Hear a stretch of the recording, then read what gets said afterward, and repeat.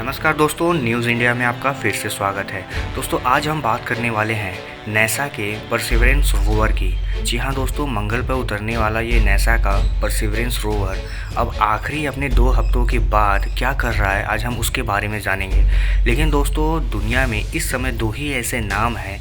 Space agency या space science में जिसके बारे में दुनिया का हर इंसान जानना चाहता है, या तो वो इसरो है या फिर नासा है। अब दोस्तों बात करते हैं कि नासा इतना ज़्यादा पैसा क्यों खर्च कर रहा है जिससे कि वो धरती छोड़िए वो मंगल पे भी जीवन की खोज कर रहा है। आखिर क्या मंगल पे ऐसे कुछ सबूत मिले हैं जिससे कि नासा को लगता है कि मंगल पर इतने पैसे इन्वेस्ट करने चाहिए? इन सब के जवाब हम इस वीडियो में जानेंगे। तो चलिए शुरू करते हैं, देखते हैं लेटेस्ट अपडेट क्या आई है। दरअसल दोस्तों नासा की तरफ से भेजा गया परसिवरेंस रोवर इस समय 2 हफ्ते कंप्लीट कर चुका है और उसने अभी तक जितने भी डेटा कलेक्ट किए हैं वह एक अपनी जगह पे रह के ही जितने भी एक्सपेरिमेंट करने किए हैं। लेकिन 2 हफ्तों के बाद नासा ने उसको अपने रोवर को करीब 31 फुट के डिस्टेंस तक ट्रैवल करा है और यह लगभग पूरी प्रक्रिया 33 मिनट तक चली, जिसमें परसिवरेंस रोवर अलग अलग लोकेशन पर जाकर डेटा को कलेक्ट कर रहा था और उसकी पिक्चरें ले रहा था। अब आपको बता दें कि नासा का ये बहुत दिनों से प्लान है कि मंगल पर कुछ लाइफ हो सकती है। उसके लिए उसने कई सारे ऐसे साइट्स हैं मंगल पर जिसकी पहचान की है और उसको बताया जा रहा है कि वहाँ पे हो सकता है कि कुछ ऐसे फॉसिल्स मिलें जिससे कि अनुमान लगाया जा सकता है कि मंगल पर आखिर हमारे बहुत समय पहले किस तरह की लाइफ जिंदा थी या थी कैसी। क्योंकि नासा का मानना है कि कुछ वहाँ पे कुछ उसकी सतह पर कुछ ऐसे गड्ढे या कुछ रिवर के ऐसे डेल्टा मिले हैं उसको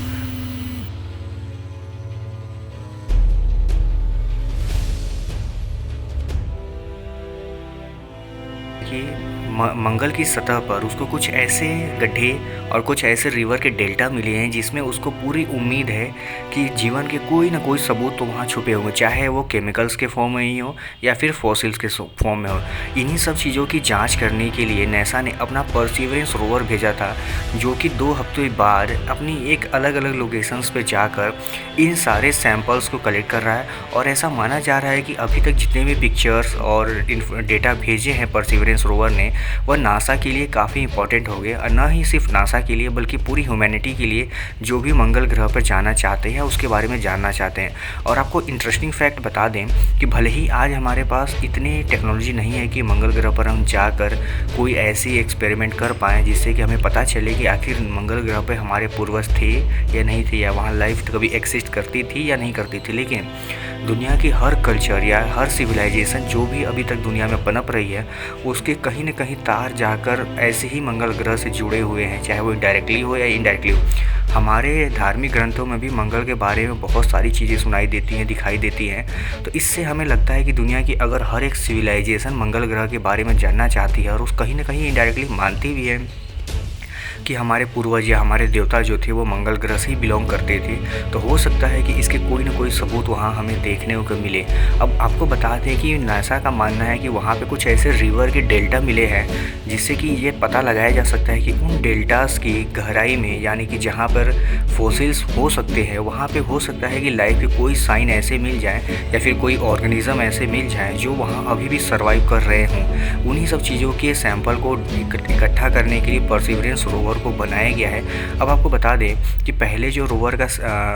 सॉफ्टवेयर था वो सिर्फ एक लैंडिंग करने के लिए ही डिज़ाइन किया गया था कि मार्स की सतह पर वो जाके किसी तरह से लैंड कर जाए। लेकिन अब उसके सॉफ्टवेयर को अपडेट कर दिया गया है, यानी कि अब ऐसा बताया जा रहा है कि जो लैंडिंग सॉफ्टवेयर थे पहले परसिवरेंस रोवर के उसको अपग्रेड करके एक्सपेरिमेंटल सॉफ्टवेयर में कन्वर्ट कर दिया गया है, ताकि अब जो परसिवरेंस रोवर है लैंडिंग पे फोकस ना करके वहाँ पे तरह तरह के एक्सपेरिमेंट कर सके, जिसके लिए उसको बनाया गया था। और दोस्तों बता दें कि नासा चाहता है कि आने वाले समय में वहाँ पे अगर इंसानों को भेजा जाए,